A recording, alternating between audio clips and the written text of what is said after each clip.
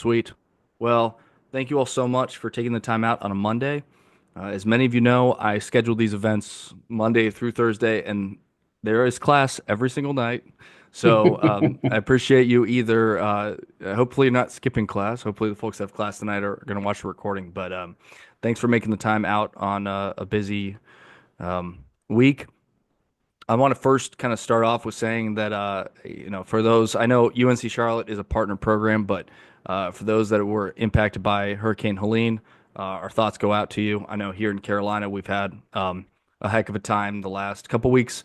And for those down in Florida, I know we got a big storm coming yet again in a few days, Cat 5, Milton. Please, everyone out there, hope you're staying safe. Hope your families are well. It's kind of a trying time. And with all the international news and release and everything, there's just a lot going on. So appreciate you making the time to come out tonight. We are very, very pleased that Stephen Weston, a good friend of our program, is coming back out. He did a fireside chat with us about a year ago, or maybe a little less than that, Stephen. But we're really happy to have you back again. I sent you all in the email a brief intro about Stephen, and kind of the work that he did, both career in the military and as well as working at Verizon.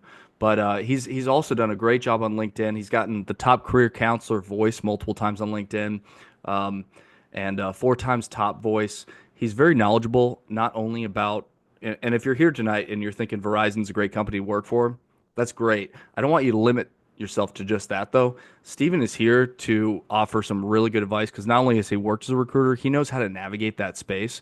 And I really like to bring people in from the sector in cyber, in IT, but also just in the industry who know how to navigate what otherwise is really a relatively difficult or nuanced thing, which is navigating your networking, your recruitment, talking to recruiters, and actually landing that job. Stephen, talked to us before, but he's also and has been in the past, and I won't speak for him. Very open to talking to any of you that are, if you're in here, you're probably, I know you're in the CWCT program, but you very well may be a transitioning vet, and you have a lot of similarities what Stephen might be talking about tonight.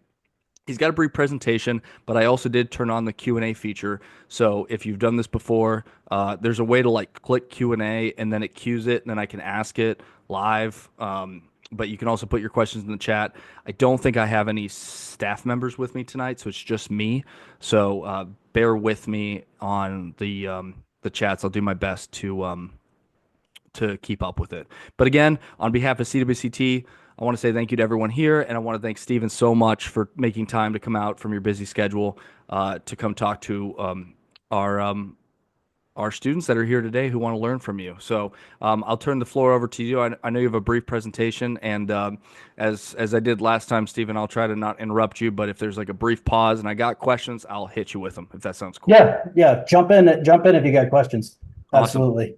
Cool. It's a pleasure to be here again. It's been a little while since the last time I was here. I'm in a different job that I was in than the last time I was here. So, and we'll talk about that in a little bit, but I don't have a lot of slides. I only have about 10. So we're going to get through this quick because I like to chat it up. I want you guys to ask questions and I want to make sure we have enough time for that.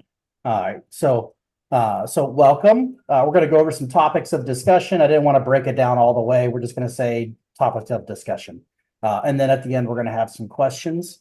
But these are the topics that we're going to be covering. So we'll go over my journey. We'll go over the process, like how is a rec created? Why is a rec created? I'll kind of walk you through that. We'll have a piece about recruiters, how to engage with them. What do they do? What are the different types of recruiters? We'll go over LinkedIn profile. I know Steve, he already shared our LinkedIn profiles in the chat, but we can have some discussion on that. And then the last piece is I'll go over resumes a little bit. That's usually a hot topic. Everybody always wants to know about resumes. So here's my bio. I'm not going to read this whole thing, but I'll just give like a brief synopsis of my background. So once again, my name is Steve. And I was in the Air Force for 22 years. I joined right out of high school back in 2000, did 22 straight, and then retired a couple of years ago. And I'm now in the corporate sector. During my time in the military, I was a logistics professional, air transportation. I loaded cargo planes for about 9 years. And then I spent 13 years as an Air Force recruiter, a MEPS senior liaison, and a recruiting leader before I retired. Currently now, I am the chief of staff of digital marketing communications at Verizon. I work directly for one of the vice presidents at Verizon, and I just started that role back in May. But leading up to that role, I successfully completed a Hiring Our Heroes fellowship in 2022, which led to my employment at Verizon, where I was a military programs recruiter for about almost 2 years before I moved into this new role. So been retired for a couple of years. I'm on my second job at Verizon. But one of the things that I always like to touch on is I didn't stay in recruiting. My job that I'm in right now has nothing to do with recruiting. And people are like, how did you do that? And we're going to go over some of those things in this presentation. Yep, there it goes. So let's talk about the process. Everybody in here at some point or another is going to fill out a job application. They're going to be looking and browsing Indeed, LinkedIn, the company career sites for roles. But where do those roles come from? This is where they come from. Either somebody retires, somebody leaves, somebody was let go. A need arises in the company, in that team, that they need a backfill. And so this is kind of how the backfill process goes. We have to identify the spot that needs filled. We have to get with certain like compensation, HR, and our senior leaders to make sure, number one, that we have the head count that we can hire that person for backfill. We need to make sure we have the budget to do so. And then once the approvals for the budget and other things are solidified, then we involve the recruiter. That's when the recruiter kind of comes into the process. So the recruiters typically don't have anything to do with why the rec is being created. They take the reign once the rec has been created and the need has been identified. Then they're pulled in, and at that time, the recruiter works with the hiring manager to build out that job description to get the rec posted, and then the recruiter takes it from there, screening and identifying potential fills for that role once the job has been posted. So once the role has been posted, that's when you all see it. So typically in most companies, a role will be posted internal. I know in my company, a role is usually posted internal for 7 to 8 days. Once it hits that 7 to 8 day mark, then it can go external if that hiring leader is not seeing the talent that they want for their position. Now, every company can do this completely different. We are a federal government contractor. We hold contracts with the U.S. Navy. We hold contracts with the Army. We hold contracts with the Department of Defense, U.S. Postal Service, the FAA, and some other entities. So we're held to a different standard than some other companies are that are non-defense contractors or companies that don't work with the federal government as closely. We're not as big of a contractor for the federal government as like a Boeing or a Lockheed or something like that, but I would say we're kind of in the middle. But because of that, there's certain rules that we have to follow, and that's where the 7 to 8 day internal comes from. That's kind of a procedure that we have to follow because of that. But there are other companies that they can go straight external. And we can too, but we have to get prior approval to do that and justification to do that.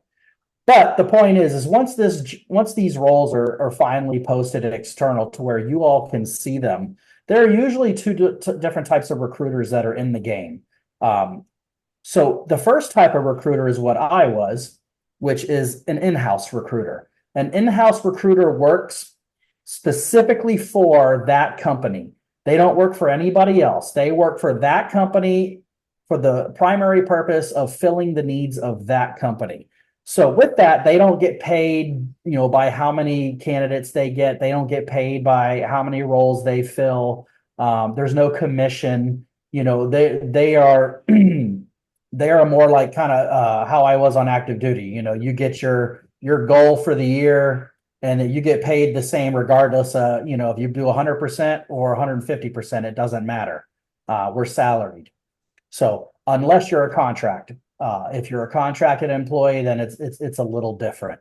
But with in-house recruiters, they usually have control of the entire life cycle process from beginning to end. So when we were looking at that prior slide, the in-house recruiters, like I said, they take the reins once that hiring manager has created that job description and that need, and they run with it until that role is filled and that person is in their seat, whoever it is that is hired. So they have beginning to end process oversight. And depending on the size of the company, there might be some other things they're involved in as well. So for example, I was a military programs recruiter. So in addition to recruiting, I also had defined, what would you say, tasks or responsibilities to do a lot of social media engagement, podcasts, going into like 4 Block, Vets to Industry, 50 Strong, hiring our heroes. And I would do presentations, where we would, counsel different cohorts of students or military personnel or military spouses that are going through their individual programs. We were also tasked with, doing table setups. I would have to fly to different places within the U.S. To source talent for our roles. So how does that differ from a third-party recruiter? Third-party recruiters do not work for the host company that is seeking a fill. The third-party recruiters, what they do is they work for a contracting firm that has an agreement with a company, and they're there to source talent and fill talent for very specific needs. So for example, an in-house recruiter, they may say, hey, recruiter Steve Weston, you're responsible for this entire business group over here. All the hiring managers and leaders that are within that business group is your responsibility. And so you become like attached to that team, that business group, and you are there anytime anybody in that business group needs to hire somebody, you are their go-to recruiter specifically for that group. A third-party recruiter, their company, may have a contract with like a Verizon or a USAA or another company, but that contract may say, I need you to hire these 3 specific roles. We're having a hard time. Our in-house recruiters are having a hard time finding talent. We got these 3 roles that we need filled. I need you guys to fill those 3 roles. And so they fill those roles based, it's fee-based. So the company charges the host company a commission. So let's just say hypothetically, let's say the company typically would pay $90 an hour for a role. Well, the contractor is going to take that third-party recruiting firm is going to take a piece of that. It could be 10%, it could be 20%.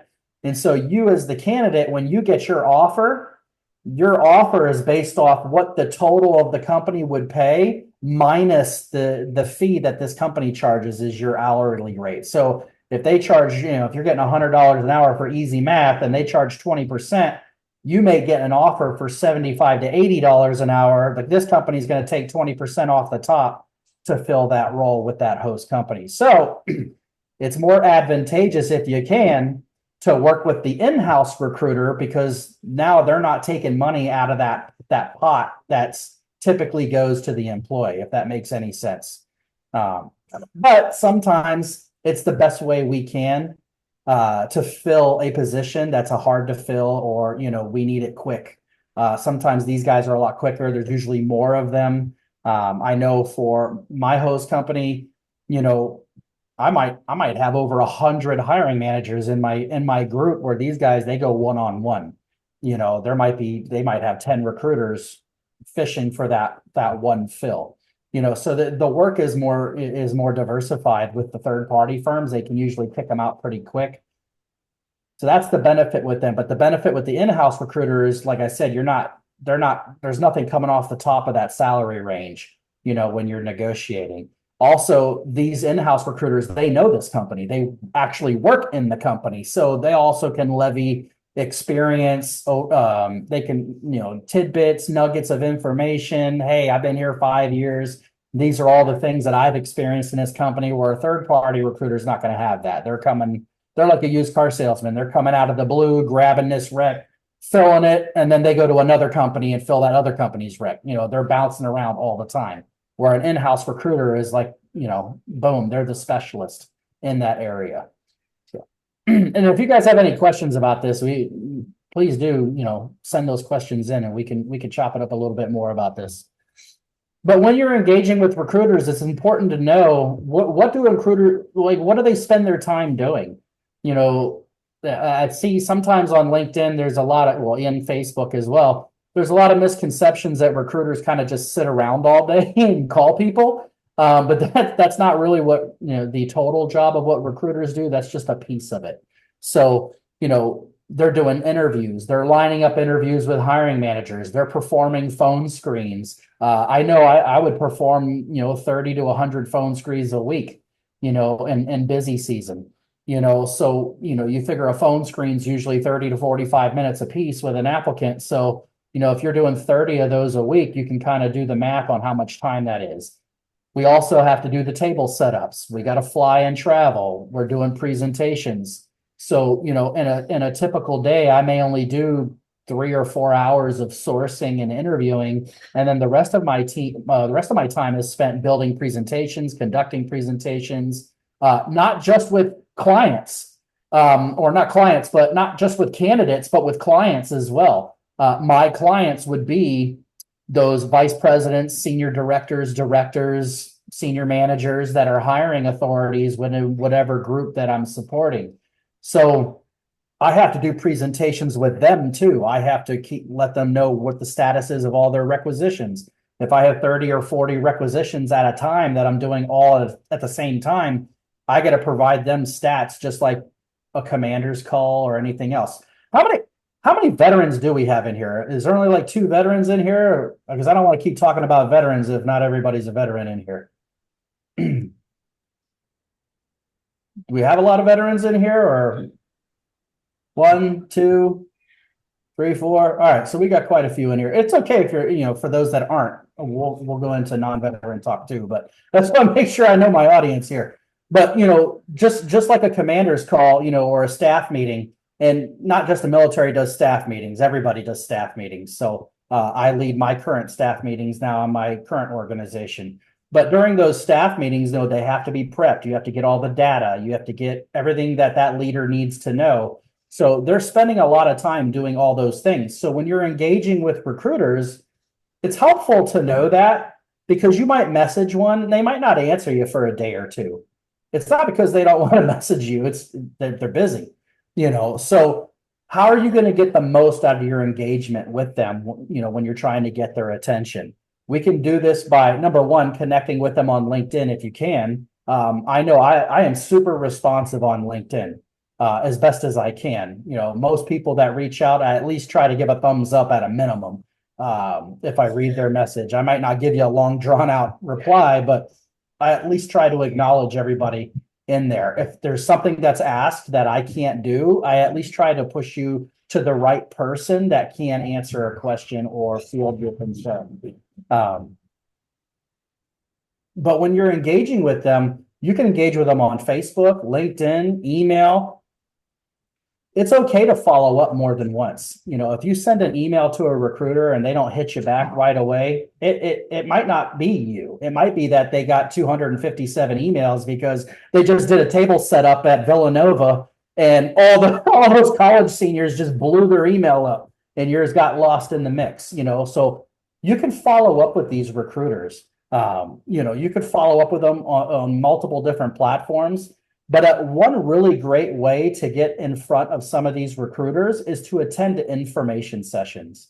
And so not just my company, a lot of these Fortune 50, Fortune 500 companies, they have dedicated info sessions. If you go to their company career sites, they usually have some sort of an events page where they advertise all the events, information sessions, where you can jump in depending on what program you're looking for, and actually get get like an actual breakdown, an actual presentation on who that company is, what's their mission and vision, the best way to engage with them, where you can find their open roles, and then they'll go into a lot of like the benefits, which are very important for all of you when you're seeking a career. What are the benefits, right?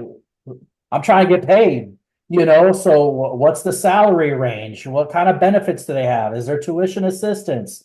Do they got a 401k match? If they do, what is it? Does there stock rewards? Is there STI bonuses? STI stands for short-term incentive bonus. These are all things that you can gather out of an information session. And those are great ways to get the attention of some of these recruiters if you're not able to get their attention through some of these other means. These info sessions, they're going to be there. So if you're attending and asking questions and mixing it up with them, and being consistent with that, they're going to be able to engage with you back and provide a lot of solid answers for you. So let's say we found a role, we applied to the role, maybe you interviewed, maybe you did a phone screen. Where do we go from there? What happens after that? So I know some people, they don't really understand or know who you're competing with. And so I think I said this in the last time, Steve, when I was here, is you got to liken the job search to I like to use sports as an analogy. I ran cross country in high school. I was a runner. It's a competition. Who are you competing against? And so a lot of times you don't know that when you're applying for a role. You could apply to a job and there could already be 1,000 candidates sitting in that job requisition. You could apply to another one and you're candidate number 3 because they just posted it. A lot of it really comes down to timing.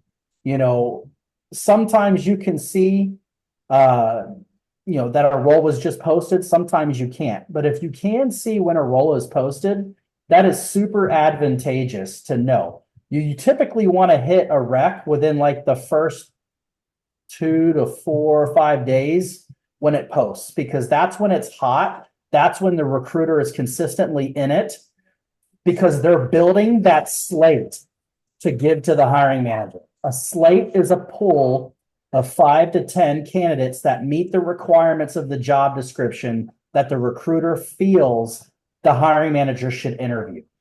So like I said, if you can hit a rec within 2, 3, 5 days, that span, that's the prime time to really get in there and get in the game. Once you kind of get past that window, that's when there's kind of you get into that limbo zone where you apply, 2, 3, 4 weeks go by, you don't hear anything. A month goes by, 2 months goes by, you don't hear anything. And then all of a sudden you get a rejection email. Probably what happened is by the time you applied to that role, they already had a slate sitting in front of the hiring manager. They were going through the negotiation process and the interview process. And it took about 3 to 6 weeks to get through that whole process. And then they finally made their decision, sent somebody an offer, went back and forth a couple of times and solidified that hire. Then they hit the button saying, all right, this rec has been filled. And then all the mass emails go out for the rejection notices. So that's pretty normal for most of these big Fortune 50 companies, Fortune 500 companies. So the best way that we can get around that is attending the info sessions and getting your name out there, getting familiar with the recruiters so that they know who you are. One of the things that I did well in my transition was I was engaging with companies consistently, even while I was on active duty. I still had a job. I was still working as a recruiting regional manager.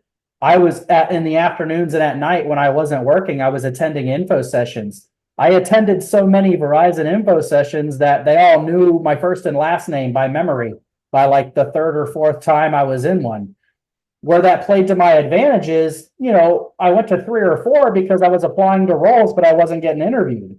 And that just was really coming down to timing. But because I was consistent and I took the time to build relationships with those recruiters via those info sessions, at one point, a couple of recruiting roles popped, and they popped early, and I jumped on them as soon as they popped because I had, you can set job alerts on a lot of these company sites. So if you don't see a role that you're looking for, a lot of times they have an option where you can set a job alert. And soon as that role that you say you want to be notified about pops, it'll send you an email and let you know, hey, Barclays just dropped a project manager role in New York City. Anybody want to work in New York City? Now you know that role just got posted. Get that resume tailored real quick and boom, jump on it. That's what I did. And because they knew who I was by name, when they saw me pop in the slate of candidates, they were like, we know Steve. We got to get him on the slate to have him get interviewed. We know he's a good candidate. We've already been talking to him. We know what his qualifications are. So engaging with recruiters, being consistent, getting their attention. You might have to do it several different ways. You might have to go to the in-person events, the live events, the info sessions, hit them up on LinkedIn, get familiar with them. But even if you do all that, that doesn't guarantee that you're going to get a job. But what it will do is it will start honing you into where you're in the right space. So, if you're consistently getting interviews, if you're consistently getting phone screens, then you're doing the right things. That means your resume is probably saying what it needs to say. You have the relevant background and experiences in education that are relevant to the job description, and the recruiters are seeing that and they're engaging with you. But even if you don't get the role, there's a lot of things that factor into it. One that I touched on was you don't know how deep the candidate pool is. Number two, let's say you get to the hiring manager interview and there's 5 of you interviewing. You don't know what the other 4 people's experience and background is. You could be an absolute great candidate, but the other guy or girl that just interviewed over there, they might be a little bit more experienced. Maybe they interviewed a little bit better. Maybe they had some additional certifications that you didn't have. You don't know that. So when you're going into it, you just got to put your best foot forward. But one of the best things that we can do, which I'll cover towards the end of this, is when we get into the resumes, is I'll show you how to garner attention so that you're getting those recruiters to reach out and have a conversation with you more frequently, which is what you want. You want to fire 10 shots and hit the target 6 times versus a shotgun blast of a couple hundred rounds and you don't hit anything. You don't hit the broadside of a barn. So we want an effective approach, an efficient approach to garnering attention with these folks. The I interviewed and never heard back ghosted. I think I touched on that a little bit, but that's usually because they're probably somewhere in that hiring process, but they can't unpost the job yet because they haven't filled it. They have to wait till the applicant accepts the offer. If a candidate doesn't accept an offer, then they're going to go to the next candidate on that slate that they felt was a great fit. If nobody accepts an offer, that's when the recruiter will go back into the pool of candidates and build another slate of 5 to 10 people to put in front of the hiring manager. So when you apply to these roles, don't just apply to one at one company and put all your eggs in one basket. You can apply to more than one position at a company. You can apply to more than one companies. This is a competition. You got to do what's best for you. Like, you can't worry about the company's feelings. You're applying to a bunch of different other companies. It is what it is. I did the same thing. I did 35 interviews. I had offers from 5 different companies. I was playing the game, man. You got to do that because you can't guarantee that any one company is going to give you the offer that you want. Hi, buddy. My little guy. He just got out of the bath, so he was showing me his jammies. But when you're getting into these interview spots with these hiring managers, you want to make sure that you're practicing that STAR method. Have you guys ever heard of the STAR method? Steve, you talk about the STAR method. I see you shaking your head. Some people call it the BAR method. Some people call it the STAR method. There's other couple fancy terms that basically mean the same thing. We use it in government. I mean, as one of our measures to rate candidates when we have so many, especially. Absolutely. And so one of the best things about this, you don't have to use it. But what it does is when you finally garner the attention of a recruiter, this is where you stand out. I cannot tell you as a recruiter how many times I phone screened an applicant or a candidate because their resume looked amazing, said everything I needed it to say, and they could barely talk when they got me on the phone. They're stuttering all over themselves. They can't talk. They can't remember anything. They're like shooting from the hip. First impressions are everything when you're involved with a recruiter, man. There is no, it's not time to practice when you're talking to the recruiter. You need to practice before you talk to the recruiter. And one of the ways that you can do that is by, number one, using that bar or star method, which is situation, task, action, result. And what I mean by that is when the recruiter is asking very specific questions, a lot of them may be behavioral type questions. They want to know those things when you provide your answer. And so what the STAR method does is it gives you a foundation or an outline to follow. And what you can do to prep for these interviews is, if you know you're going for a project manager role, for example, guess what you're going to be doing? Managing projects. Well, what constitutes managing a project? There's different steps to managing a project. Milestones, right? There are stakeholders, stockholders, all these different things. You should have some pre-written things down where you have relevant facts, metrics, data to show in your past that you've successfully managed X number of projects. What was the situation that led you to have to do it? What was the action you performed to knock it out, right? STAR. So situation, task,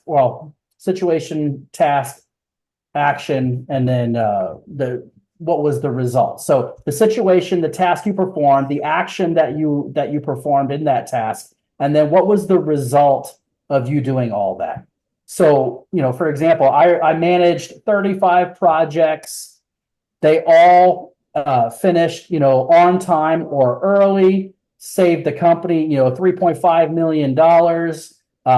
Actually, got the product, if you're a product manager, we got the product released 3 weeks early, or we got it, released on time. And the result of that is the company made X number of sales, generating X number of profit or whatever. So I'm in marketing now, digital marketing. So a lot of what I do now as the chief of staff for a digital marketing organization is my organization creates all of the offers, plans that are on the Verizon website. So if you want a new iPhone 16 and you go to the Verizon webpage, my team is the one that manages that entire website, all the tiles, all of the ads, the promos, the clickable things that you go on.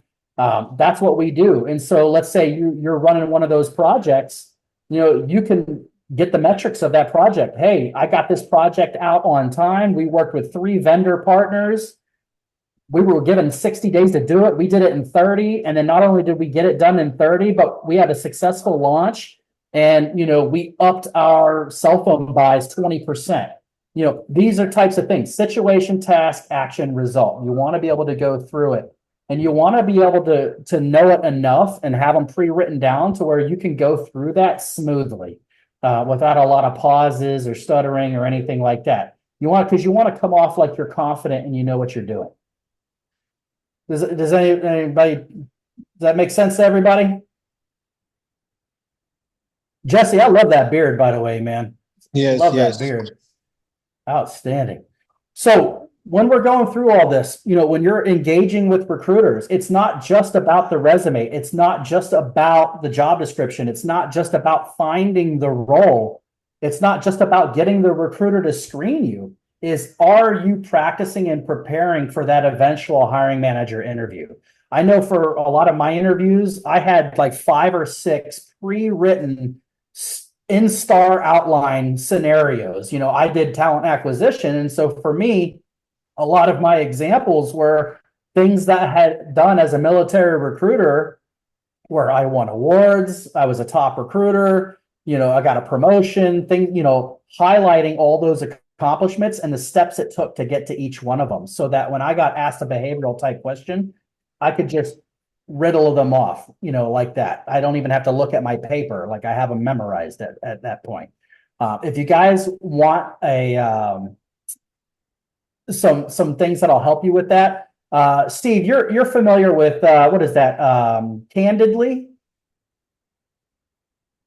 Candorful? What's that? Candorful? Or Candorful. There you go. Candorful. Thanks, Eric. Candorful is a great website. If you guys don't know what that site is, or you've never been on that, it's basically a site that they do practice interview sessions. They will set you up with a hiring leader from a random company, and that they'll give you like a mock job that you're practicing, that you're applying for, and they will run you through a legitimate interview. And then at the end, they will offer critiques and, insights on how well you did, so that you can engage with recruiters more effectively. I dropped that link in the chat, Steven. Sorry, you caught me right as my dog was doing exactly what he always No does in the worries. middle of a Zoom call when I get called out. But that link's right there in the chat. They are a great, absolutely great organization. There's a couple other sites that you can use. For example, like when you're building your resume and things, a Skill Syncer is one, and jobscan.co is another one. And we'll get to here in a little bit why those are valuable. The next thing I wanted to talk about was LinkedIn. If you don't have a LinkedIn profile these days and you're jumping into the corporate sector, you probably need to get on this platform. I wouldn't say it's the only platform you need to be on. I have candidates that are on Instagram, Facebook, they're in Indeed, Glassdoor. They're not just on LinkedIn, X. They're all over the place. But LinkedIn is a great place where you can build a professional network. You can engage with recruiters in many different industries, and you can also get access to a lot of seminars, job fairs, live events that are built specifically for networking, so that you can take your time and build out a network that is there for you. I tell people all the time that, you want to build your network for when the time comes that you need it. I got a lot of people that they're like, nah, man, I'm good. I got a job. I don't get on there, man. I don't have time for that. And then they get laid off out of the blue.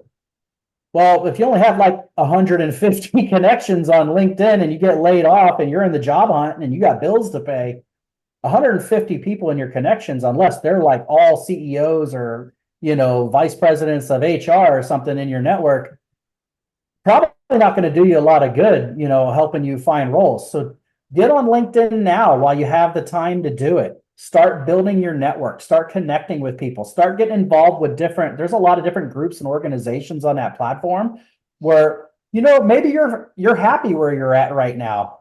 Maybe you have a job right now and you're doing some education on the side and you're good. Start building your network now. If a year from now, your company goes through a layoff, which is happening in a lot of the tech industry right now,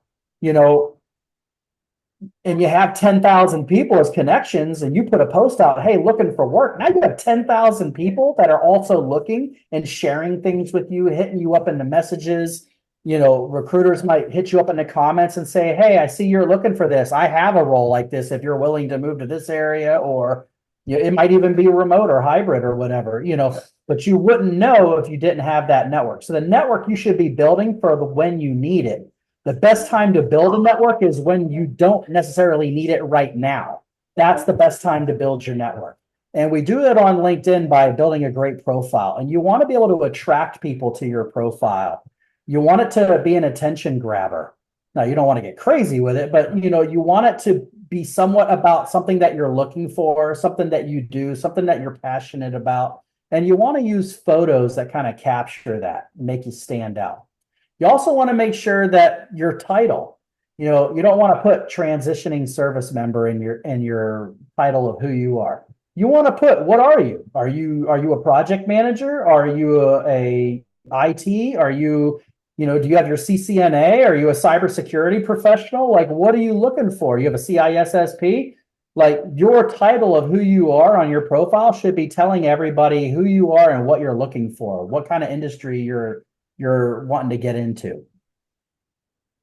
Is your photo, like your personal photo, is it professional? You don't need to go out and spend hundreds of dollars on on a professional photo. My first few photos I took with my iPhone with the backdrop of my house.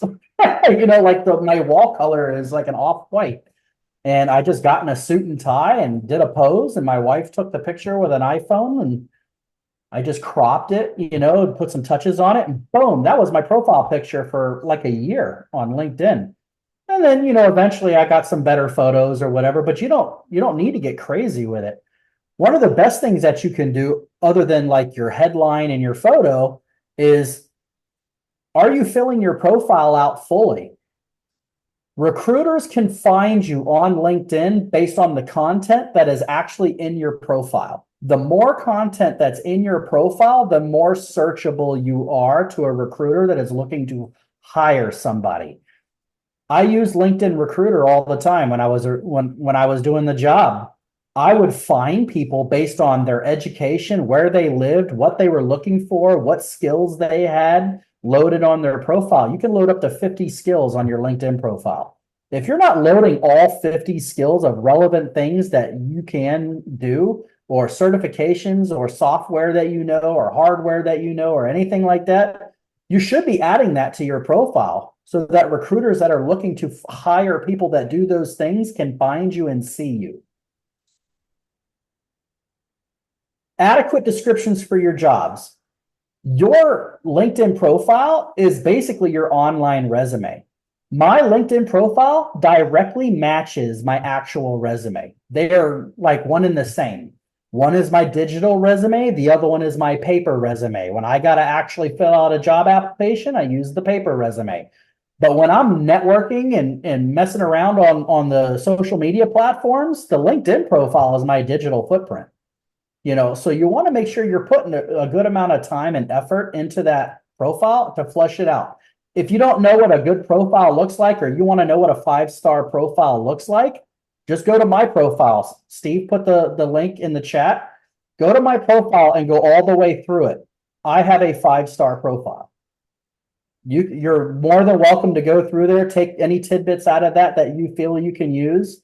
And if you need any help with that, you can hit me up on the side if you have any questions. But there is also a great video on LinkedIn Learning called How to Rock Your LinkedIn Profile. That's what I used. I watched that video. It's about 45 minutes to an hour long. And that's what I use to learn how to rock my profile. And I've been crushing it. I've only really been building my LinkedIn presence for about 18, 19 months, and I'm at 20,000 followers. So, you don't have to put a ton of effort into it. You just got to be consistent and make sure that your profile has all the information that it needs. So finally, we got to the resumes, and this is the last slide, and then we can go into questions. But resumes, this is usually a hot topic, and I find that a lot of people aren't really taught what it means to really tailor a resume. Like, you hear everybody say it, but has anybody actually ever sat you guys down and go, here, this is how you do it? I very rarely find people that get that type of attention with resumes, unless they actually get a mentor, or they attend a very specific class that this is what it is. But if you don't have the time to attend a class specifically for that, and you don't have a direct mentor, at least right now, this is how to tailor a resume.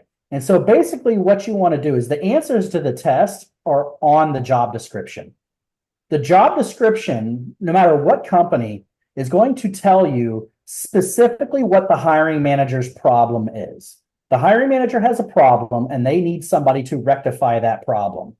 Usually it's in the what you will do section, what you will be doing section. Every company names it something different, but it basically means the same thing. The what you will do section is basically the hiring manager outlining everything that they're going to hire you, and when they hire you, what they need you to be able to do.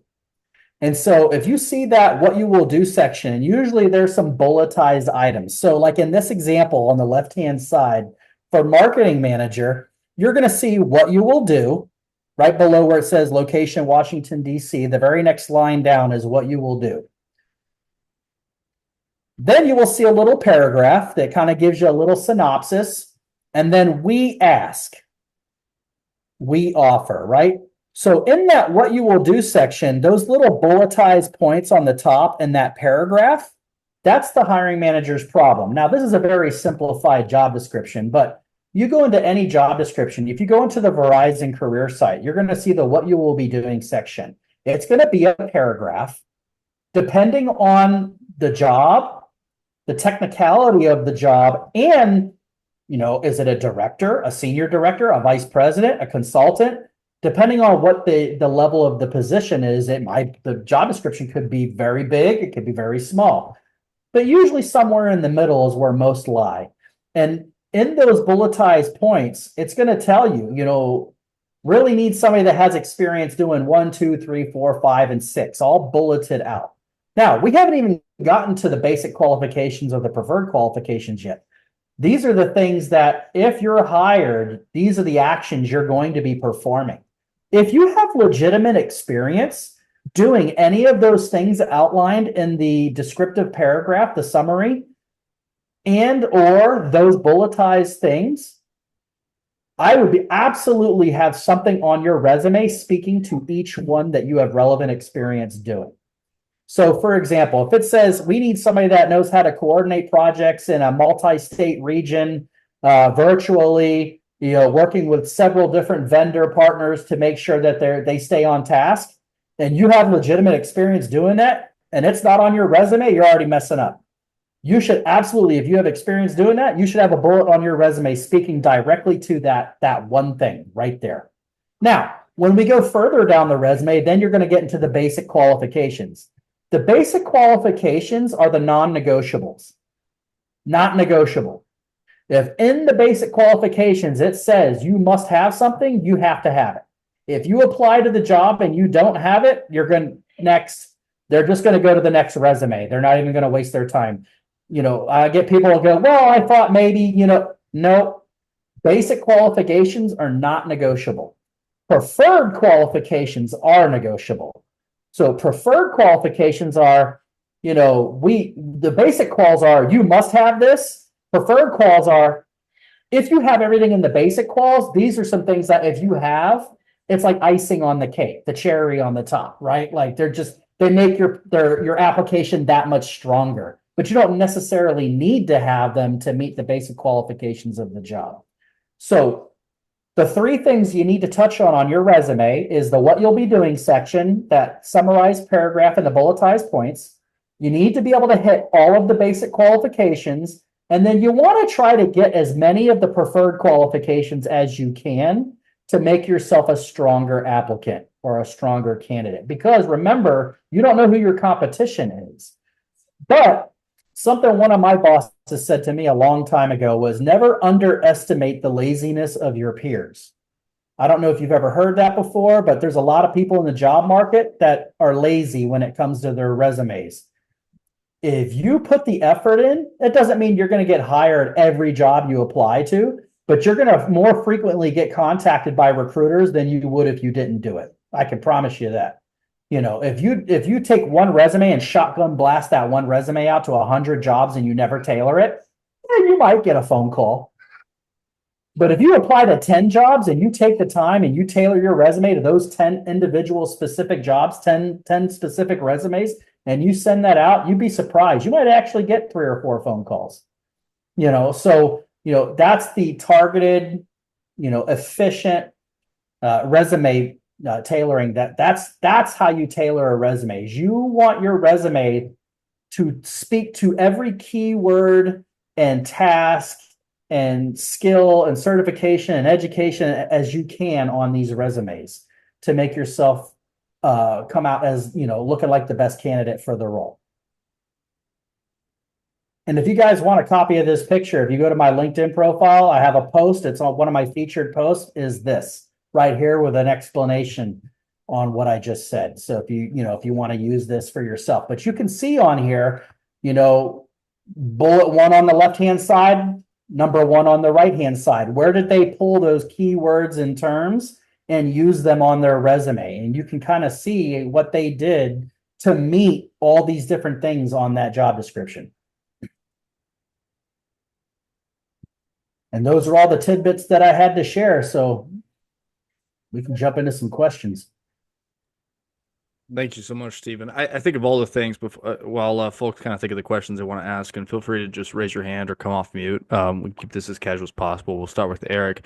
I did want to say that I really appreciated you hitting on the just the whole aspect of applying for a job sooner than later when you see it post and actually trying to follow specific companies. I think that one of the things that I see often with the folks that I work with is they're applying to that job that's been on there for 14 days on LinkedIn. It says 100 plus applicants and they're just Yeah, tossing it in there. And then months go by and they're like, I'm frustrated. I'm not, and really, maybe they're really qualified. They're missing the moment. They're missing like so I really appreciate you hitting on that, trying to get your resume in when you can actually make it into that slate that goes to the hiring manager. So sure. I would avoid using the link, applying via LinkedIn. I mean, I've done it too. I've applied via LinkedIn, but for myself, I practice what I preach. I find it more advantageous to actually just go to the company's site, find that role and apply there. Sometimes like the jobs like LinkedIn's a little slow, so the role might not even be actively posted on the actual company's site anymore, but right. LinkedIn still has it posted. So you're applying to this role and you're like, oh yeah, man, applied to my GE job, good to go. You might not even be aware that that role closed there. You got to fill for that role already. LinkedIn's a little behind. It's one of the things about LinkedIn that sometimes it gets me a little irritated. But if you find a role on LinkedIn, go to the actual company's career site and see if you can still find it. If you can still find it on there, then apply through there. Go through the actual company site is something that I would do. Number two, you can apply to more than one role at a company. I applied to like 5 at a time at mine. I just got hired into a new role in May. I applied to 4 or 5 jobs then, all different jobs within the company. What you want to try to do though is you want to make sure, like, if you're applying to more than one role, they should all at least be in some sort of a they're all within the same realm or genre or whatever it is that you want to call it. What I don't want to see as a recruiter is you apply to be a janitor over here and then the digital marketing vice president over here, and then you want to be a recruiter over here, but you want to be a cybersecurity, apprentice over here, or you want to be an IT guy over here, or you want to work cloud over here. That recruiter's not going to know what the hell you want to do. You are all over the place. Like now, if you're applying to 5 roles and it's all like IT, network operations, cybersecurity, what's another one? Cloud, AWS computing, things like AI, data. Those are all within like the same realm, and if I can see your resume and see what certifications you have and things like that, you have your Sec Plus, you have a CY, you have all your CYSA certifications. So it's that Sec Plus, Det Plus, there's a whole bunch of different ones in that CompTIA category. But if I see a CISSP, a CCNA, if I see some GCEH certifications for some of my ethical hackers out there, now I know, okay, this guy's applied to 3 different types of cybersecurity roles, IT and network operations. They got a CCNA, they got 5 years experience, they have their Security Plus, and they're working on their CISSP certification. They have their voucher, they just have to test. I know that's a solid candidate for any of those roles. And if it just so happens the first 3 you apply to, we already have a fill, I might go, you know what? We already filled the positions you applied to, but I know there's another one about to open over here for this hiring leader over here. Let me get your resume in front of that hiring leader because we haven't even posted that job yet. And that way you can, that's where the networking comes in. That's where, we're engaging with recruiters, being consistent, putting the time into your resumes, going to those info sessions. That's where it really starts to work in your benefit is now if you and the recruiter know each other, on a more professional level, they know what you're looking for. Your resume's dynamite and they know you're a good fit. It might just be a matter of timing for something to pop. And that's where, once again, you got to top that off with setting those job alerts on those individual career sites. So if you're applying to 5, 6, 7 different companies, do you have your job alerts set at each one of those companies on each one of those career profiles? That was a great answer, Stephen. Thank you. And I appreciate you. You even mentioned a lot of the certs that we offer through our program. So I think that's Yeah. a helpful, like direct translation. I know, Eric, I know you're hungry. What you got for us, sir? Hi, yeah. How do you get a hold of the in-house recruiter? Because every time I've applied for a job, I've never gotten one. I've always get the third party, which I can't stand. Um, yeah, they always.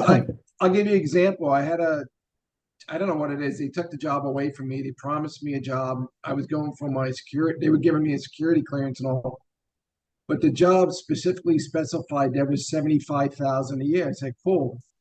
But then he tried like I like, why would you try and talk me down? You put it in the paper that's 75. He goes, well, because of your lack of experience. We were like 68. I'm like, well, I'm like, nah, forget it. I don't need it.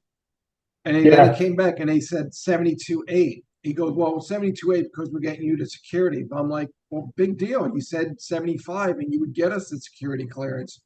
So I don't know what that was about. It was a weird thing. And what ended up happening, I thought I was in. And then they said they went with someone else because my security clearance is taking too long. I never experienced anything like that. yeah. I can't speak for whatever company that was, but what I can tell you is in the negotiation process for like salary ranges, for example, salary ranges are usually broken down into different tiers. And so if you understand how those tiers work, then you can kind of like, you can expect certain, like within a range, you can kind of sort of figure out where you're going to kind of fall in that range. And so let me break it down this way. So 0 to 2 year, well, actually 0 to 1 year of experience. Let's say the salary range for a role is 60,000 a year to 100,000 a year. How do you know where you fall in that range?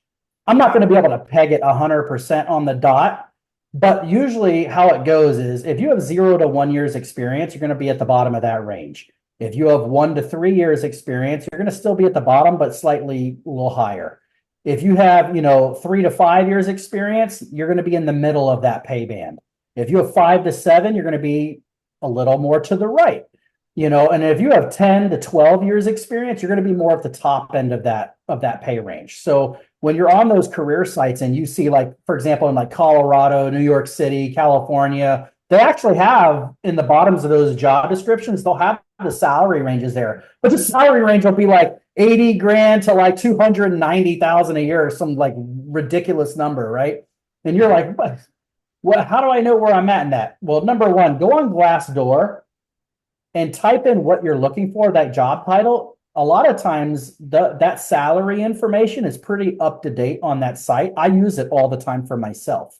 When I was getting this new job that I'm in right now, I'm only 4 or 5 months in the seat.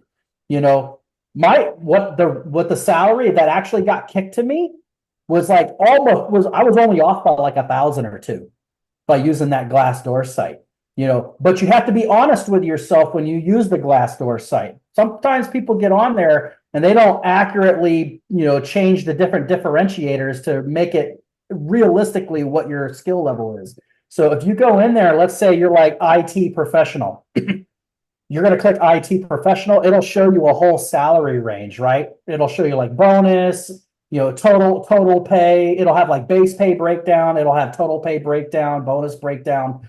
But you got to make sure you go over to the right and click that drop down. How many actual years of relevant experience do you have? A lot of times people will pull up the job and they'll go, oh, the range is this to this. Meanwhile, what they don't see is if they click the drop down and pick their actual years of relevant, background, if you only have 2 years of experience and you're looking at an estimate that's, for somebody that has 10 years experience, yeah, it's going to show you a range that's like way up here.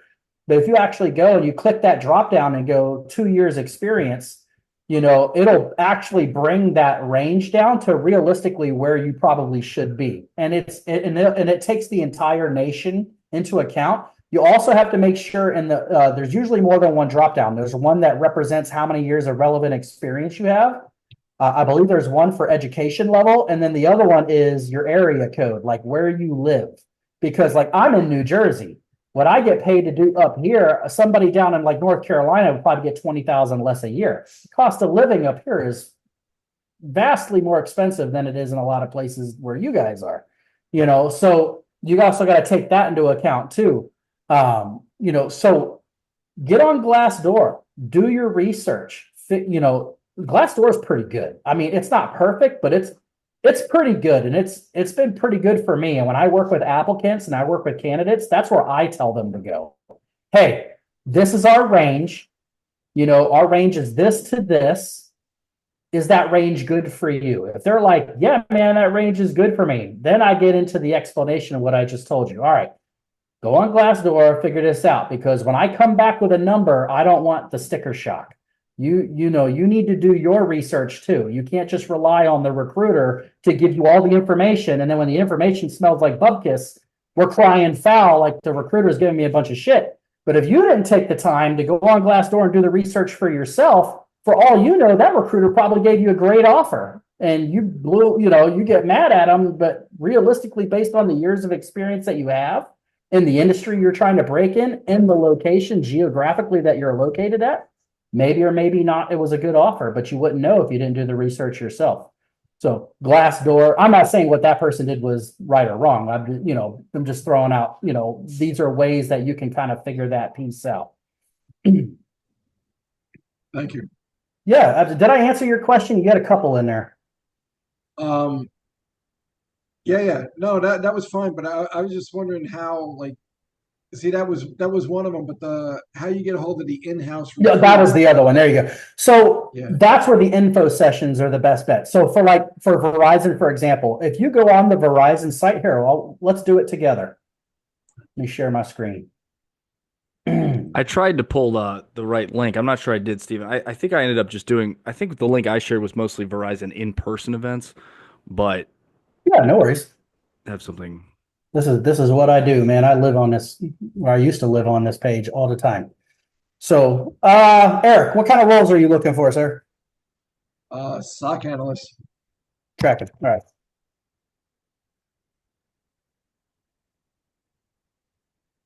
All right. We don't have any SOC analysts. Let's do this. I couldn't put it, well, I haven't done the CWCT yet, though. I'm taking digital forensics. No worries. Here's another thing that we can go through, Eric, that'll also help you. When we're looking for a role, you can do what's called a reverse search. So a lot of times when people come onto these career sites, no matter what the company is, it doesn't matter. They'll come in here and go, I want to look for project manager roles. And they pull up all these project manager roles, right? Which everybody and their brother that has a PMP is also applying for. But let's say, why don't we do this instead? Pulled up a completely different list of roles. Now, some of the same ones might still be in there as you scroll down. But what I do on these sites is when you go on these sites, you're going to want to, obviously, if you're looking for a specific state or, a specific sub team, then by all means, fill in the filter info. But if I just type project manager, it's only going to pull up roles that have project manager in the actual title. Now, if you go in here and instead of looking for job titles, you look based on your hard and soft skills. So like a Lean Six Sigma, CISSP, Security Plus, right? If we go in here and I go what happened? I go Sec Plus. Now, what it's going to do is this site, all of these roles, if I click in them, Security Plus is going to be in here. Or SEC filings, one or the other, right? So like for this one, SEC reporting. So this is a finance role. Let's go down here. These are all accounting. It looks like we don't have any IT roles available right now, which is why none are pulling up. But we have a ton of accounting roles. Let's try, what's another one? GCEH. No GCEH.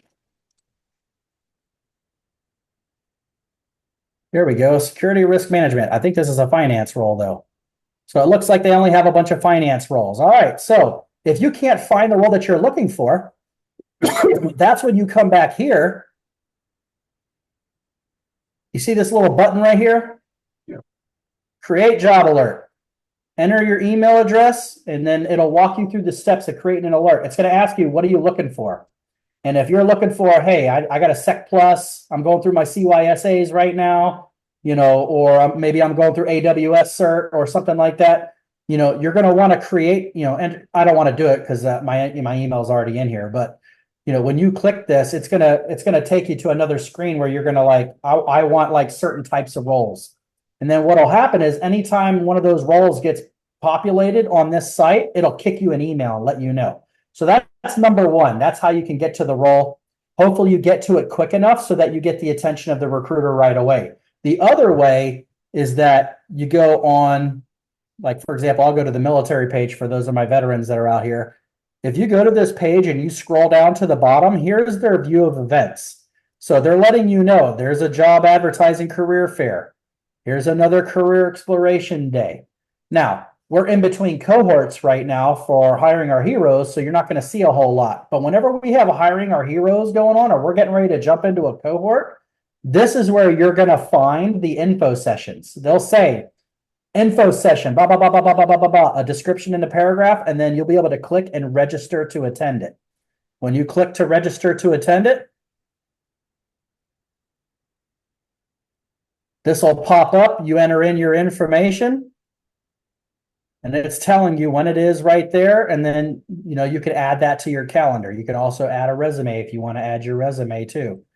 Are you willing to relocate? You can answer all those questions. Go jump into an info session. Now, this is asking for some different things because it's not an info session. I think it's one of these trainee program events. But the info session is going to have a very similar type form. It's going to ask some different questions. And then it's a live broadcast. I used to come on here. I was the one that did it every week for 2 years.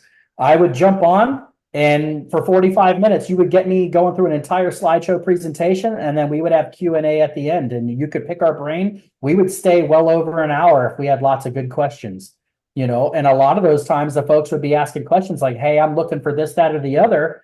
And while you guys are asking questions, I'm popping on the external career site looking to see if we have anything for you. And if we did, I would chuck you those rec numbers so that you could go look at it. That's where the info sessions, that's where you can connect with these recruiters, other than going to like a virtual job fair or, an in-person job fair. Those are the other ways, But all these big Fortune 50 companies, they all do information sessions. They all have event calendars. This is just the military page, but if you go to here, where's our search at? Events. If you go to our events tab, now these are events for everything, not just military veterans. It's everything. There you go. Job advertising career fair. Here we go right here. Here's an info session right there. You can just cycle through them and look and see what info sessions are there. What are they about? Where are you at? What are you looking for? What are the conferences, conventions? Steve, Yes, sir. are they all in person or any of them virtual? If there's an info session on here, most often than not, it's virtual if it's an info session. If it's a career fair or something like that, it could be either or.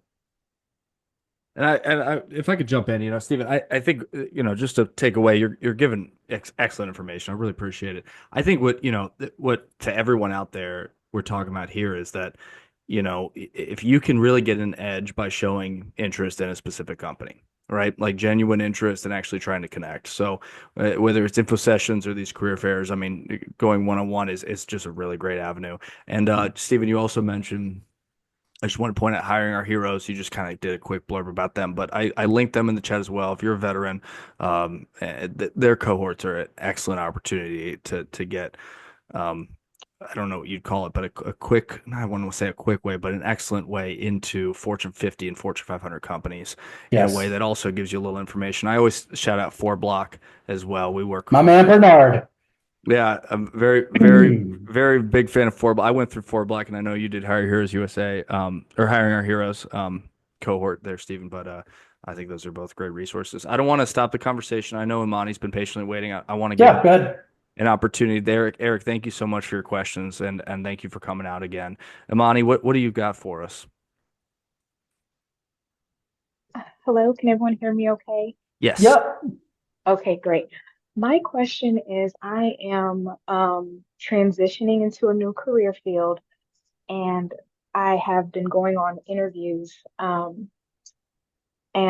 sometimes I don't know the answer to the question. Sure. And I know saying I don't know isn't a really good response. So what are one or two responses a candidate could say when they really just don't know the answer, but they still would like to be considered for the role? Give me an example of a question. Um, it could be something like asking about different NIST controls or asking, do you know what frameworks to Sure. use to mitigate risk? So you're talking about the NIST Yes. tracking. So with, let's say you don't have a lot of experience with working with NIST, so you could answer with, I want to be honest, I really don't have a lot of experience working with the NIST frameworks, but this is what I do have a lot of experience doing is 1, 2, 3, 4, and 5. Turn your weakness into a strength. Highlight something else that's in your background or something else that's on your resume that's relevant to the question that you can redirect them to, but be honest and you can let them know. For example, I did talent acquisition in the military, which military recruiting is totally different than corporate recruiting. Mhm. And so when I was doing my interview for talent acquisition with Verizon, they asked me a couple of questions and I was like, well, I'll be honest with you, in Air Force recruiting, we really don't do that. We're kind of structured a little differently, but I can tell you what I did do. And, I could cold call, I could, go to chambers of commerce. I held in-person events. I know how to communicate in front of hundreds of people. I know how to time manage. I know how to meet milestones and meet and exceed my metrics that are assigned to me. And I did so in years 1, 2, 3, 4, and 5, where I was the top recruiter in my unit, and they'll be like, oh, okay. I was like, if you could teach me NIST and that's the only thing that I'm missing, man, Mhm. like I'm your huckleberry all day long, but you got to be able to get that point across, turn your weakness into a strength, Does Thank you. that make sense? Yes, it does. Not everybody is going to have experience doing everything.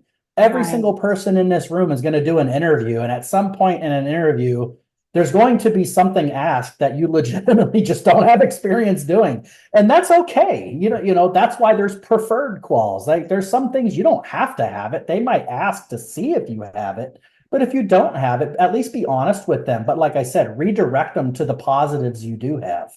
Because that might outweigh the negative. If you have one negative and 10 positives, they're going to be like, well, this is a great candidate. She doesn't have this, but that's okay. She has all these other things. We can teach her that, so, Right. yeah, So thank you. absolutely. I think it was a great question. Before I go to the next one, Stephen, I know I want to be mindful of your time because we're pushing 8:15. Did you Yeah, just sure. quote Tombstone? Was that was My that a man. Doc Holliday quote? I It think I was, got. man. Johnny Ringo. That's one of my favorite movies. That's an awesome movie.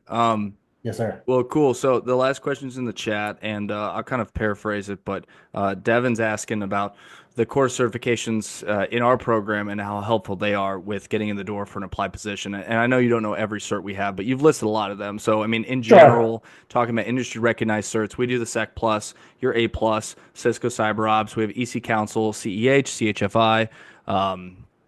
Python, well, or excuse me, we have Linux Plus, Python Essentials, we have Red Hat. So I mean, we have like a lot of those really there. So I mean, in your Yeah. experience, I guess the question is, when you're grabbing these certs, how helpful are they really, and how do you market yourself with those certifications? Well, let's not just cyber certs, any cert, Mhm. PMP, Lean Six, CYSA to Security Pluses, they're all valuable certifications. But a certification is supposed to complement experience, so and that's okay if we're going through and you're just now getting your, getting your foot, into this new world. Let's say, you're changing gears, right? Maybe I did logistics for almost 10 years and then I switched and went into recruiting. And then now I'm in marketing, so I've switched gears a couple of times. And sometimes when you switch gears, it's a little tricky, because you do have experience. It's just in different things than what the actual cert is, but the certs are valuable. What I would say is you also like, this is where going on Glassdoor, and I would say even more important is getting a mentor. If you don't have a mentor, and I'm talking somebody that's at the level you want to be at or above that, get a mentor. Because what those mentors will do is they'll help you, especially if it's a mentor that's actually in your industry. Like I'm super knowledgeable on cyber certs because I hired them. I hired SOC managers. I hired all these folks, network ops, system ops, RF engineers. I can speak the lingo, but at the end of the day, I'm not the guy climbing the tower. You know what I mean? I'm not the guy keeping the network running. I'm not the girl out there. We had one of our girls, she was a submarine knock engineer working underwater. I've never done that. Have any of you ever done that? These are the mentors you need to go out and engage with. You need to find a mentor. What you can do on LinkedIn is if you go in that search bar, type in what industry you're looking for. Let's share screen one last time here, and we're gonna go through this together. If I can find my bar again. There we go. Am I still sharing the screen? Yes, sir. Yeah. All right. Yeah. So let's go into and then LinkedIn. while you're doing this, I think I'm going to do, if it's okay with the one, I'll do one more question after this one. Yeah, sure. I'm not in a hurry to cut, so Okay, then we'll do two. I got two. All right. So let's say, Imani, what kind of role are you going to be looking for? I've been looking at GRC. GRC? All Yes. right. Any specific companies, or is that the company? No, I've been looking within the state government. Like what The state? Texas. Texas? Okay. Yes. Well, what just happened here? There we go. GRC.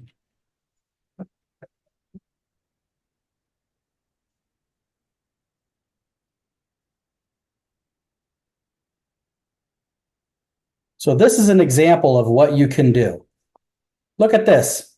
Robert Armstrong is a cybersecurity consultant, GRC engineering, architecture, policy, whatever. What company does he work for? Let's find out. What company does Robert work for? Hey, Robert.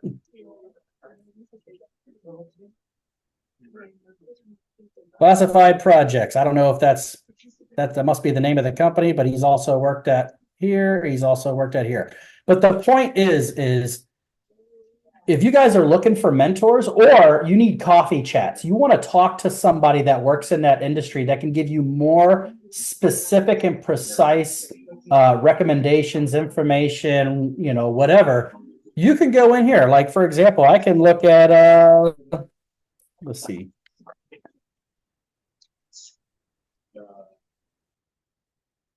Here we go. Miguel is a network engineer intern at Verizon, infrastructure, AWS. He's interning right now. That would probably be a good person if you're just now switching gears into a brand new career. You're about to knock out a brand new certification. Maybe you got 0 to a year experience in that, and you want to know what it's like in this company and what you should be working on. Here's a kid right here. I call him a kid because I'm old, but here's a kid right here that's what he's doing. He's an intern right now at the company. I would reach out to this guy and be like, hey, man, you got 20 minutes? Can we have a coffee chat? I want to talk to you about how your internship is going. What are you learning? What are they making you do? You could find leaders and ask them questions. Not everyone. Now, be mindful. Just because you message these people don't mean they're going to message you back. But, if you message 5, 6 people, you're probably going to get at least a couple of them are going to answer you back. This is what I tell all my folks do. I've hired, hundreds of fellows. This is what I tell them to do. Go out and find you a mentor. Steve, you said you had another question? No, I appreciate you, Stephen. That's a perfect one. I know we had I tried to answer, but the question was really like, is there a good resource out there with building your portfolio to add to your resume if it's necessary? I mentioned GitHub just because that is pretty hot in LinkedIn and a great way to showcase legitimate certifications that you've obtained. But any other thoughts you have there? Not for GitHub. I don't know. That's a little out of my wheel. So a lot of the roles that I hired for, they didn't need to have portfolios. So none of my candidates ever had portfolios. But if you're going for like a project manager role or, a more, because your folks that are in here, they're all different experience levels, if I remember correctly, right? Yes, sir. Correct. Yeah. So let's say one of you in the audience, maybe you're a 5 to 10 year experience, and maybe you're coming through here and you're grabbing, a CISSP or something. Maybe the roles that you're applying for, like a principal engineer or something like that, they might make you do a project. But usually for like my analysts, my SOC managers, things like that. They don't make them do projects. But every company is different too. So I can't, that's the problem sometimes is every company hires differently, but there's a lot of things that are the same. And one of the things that is the same is getting on LinkedIn and finding these mentors so you can ask them those specific questions. I know like Steve Swanson, that's who I brought in here the last time was my man, Steve Swanson. My man, Steve Swanson came to the last time I did CW. I came in here with a friend of mine from Verizon, and he's now, I believe he's a senior director or vice president of cybersecurity at Verizon. And he came in here and was answering questions and things, but those are the types of people you need to ask those questions. Like, what do I need to do a project? Do I need to have a project ready? Like, is that needed? That's where the mentors really come into. I had 3 mentors when I was looking in the market. Every Friday I had a call with one of my mentors every Friday. What are you doing? What are you working on? What company did you apply to? Like they would give me things to do. I would have homework, I'm seeing that now, Stephen. Yeah, he's the director of commercial security operations now for Verizon. There you go. Yeah. Oh, he's probably due for a promotion soon. Yeah, doing something right. Well, that's great. The other thing I've got here is, are there any specific seasons and time periods when companies are looking to hire in your experience? I would say most of the hiring is done in second quarter. Usually, because you got to figure how does the budget work, right? Everybody's budgets winds down in fourth quarter. Usually if they're hiring in somebody in fourth quarter, it's because they actually really need that person and they can't afford not to hire them. Any recs or positions that can wait for the next year's budget, they'll make wait. And so usually fourth quarter towards the end of third quarter, the pickings start to get a little slim. Depends on what industry you're applying to. It depends on what company too. But usually fourth quarter is pretty dry. First quarter is when everybody gets their brand new budgets, and now they start to slowly ramp back up again. And usually by the time you hit second quarter in that March, April timeframe, that's when they're all at full bore at that point. So, if you're engaging with these companies, like I told Eric, if you're going to these info sessions in like October, November, December, and you're getting familiar and you're getting to know these recruiters personally a little bit, by the time they bop a rollout in February or March, now you've set that table enough to where when you start applying to these roles and they see your name in there and you reach out to them after you apply, you always do this. When you apply to a role, if you know who that recruiter is, you send them an email or you hit them up on LinkedIn and you say, "Hi, Mr. Eric. This is so-and-so. This is Steve. We talked a couple months ago. We had a great coffee chat. You gave me a lot of great pointers. We spoke about me jumping into cybersecurity, and I know you work in that realm. I just saw that a cybersecurity role just opened up. I had a job alert. I got the email. I just applied for it. It's rec number R hyphen blah, blah, blah, blah, blah, blah, blah, blah. I'd be really appreciative if you could get this to the hiring manager or the recruiter that works that rec." And a lot of times these folks, if they can get you in front of that recruiter, at least they will, if they know who that recruiter is or they can find out who it is. If you actually get the recruiter themselves, that's even better. You can just I used to tell my candidates all the time when HOH, I'd get 1,200 candidates a cohort. I tell them, if you apply to a role, you send me a message on LinkedIn. I need to know what the job number is, when you applied to it, and send me your resume. And then I would take that, I would find out who that recruiter is, and I would push their information to that recruiter and get it in front of them. I can't guarantee I get you the job, but I could at least get eyeballs on your resume. And don't expect the recruiter to do too much work for you, right? I mean, right? You'll run into a few nice guys like me every once in a while, but most of the recruiters probably won't go that. That's why building the relationship and setting the table ahead of time is so important. Networking isn't messaging somebody, throwing them your resume, and then never talking to them again. That's not networking. That's farming for a job opportunity. Networking is you've been going back and forth with this recruiter in the comments section and DMs for a couple of months. You've gotten to know the recruiter has gotten to know you, and then you hit them with, "Hey, I applied to this and here's my resume." Now they know you. There's a little investment there. They've invested personal time in you, at least a little bit.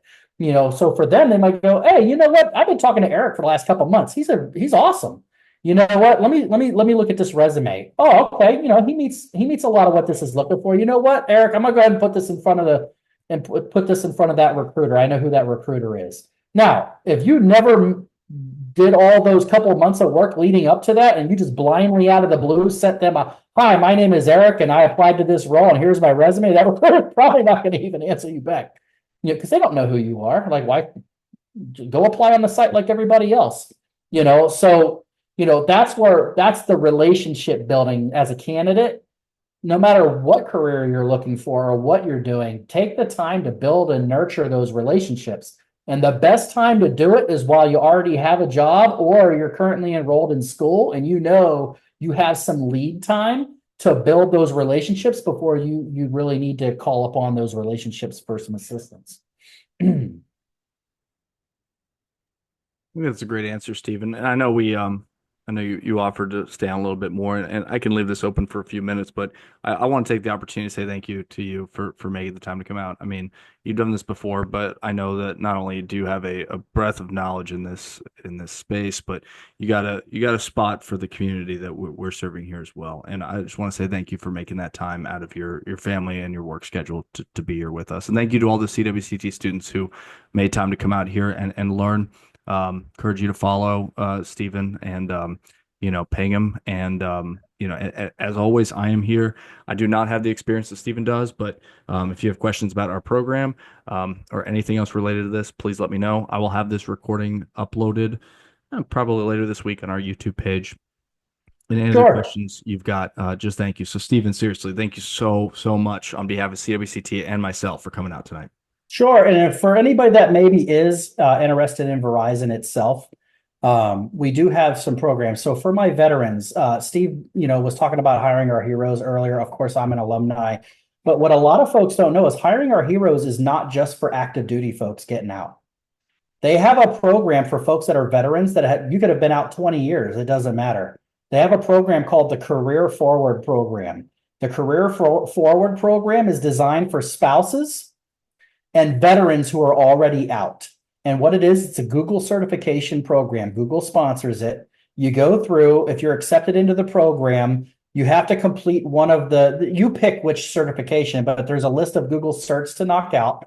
Once you knock out one of those certifications, then you are eligible to compete for the fellowships that the active duty military folks can compete for. And so, for example, you'd be competing for the same fellowships I went through.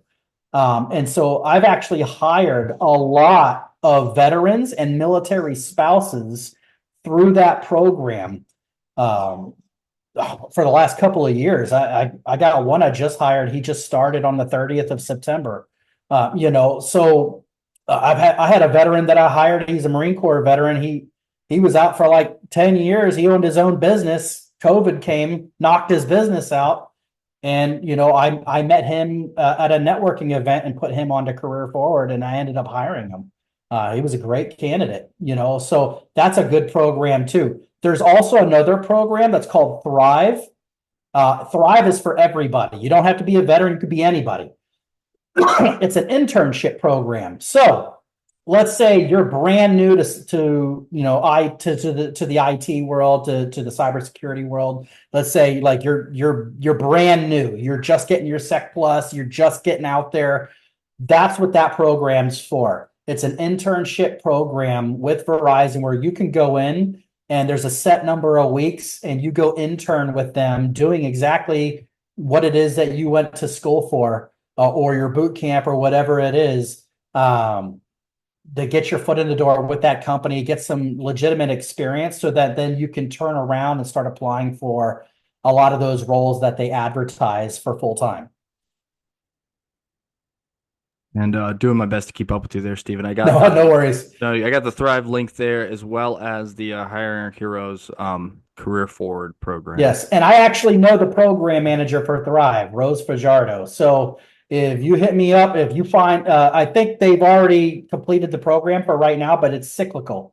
So, you could just occasionally pop on that Verizon site, see if they have any Thrive apprenticeships advertised. And if they do and you apply, you can hit me up in LinkedIn and I'll push you over to Rose so she can take a look at you. For those in here, Stephen offering that, he means it. So take advantage of that if you so choose. And with that link I just shared, you can also join Verizon's talent network directly there. And Sure. again, that's not going to hurt if you're looking at Verizon in particular. Sure. Stephen, you are the best. Thank you, sir. Yes, Um, sir. and if you got any other questions, feel free to, the last thing I always do is put my email in the chat, because if you have a question that you really want answered from Steven, or anything else, or you got a question for me, please let me know. I'm here to help. On behalf of CWCT staff and myself, thank you so much to everybody. I'll be around for a few minutes. I'm going to turn off the recording, but I'll hang out for a few minutes. Everyone wants to stick around.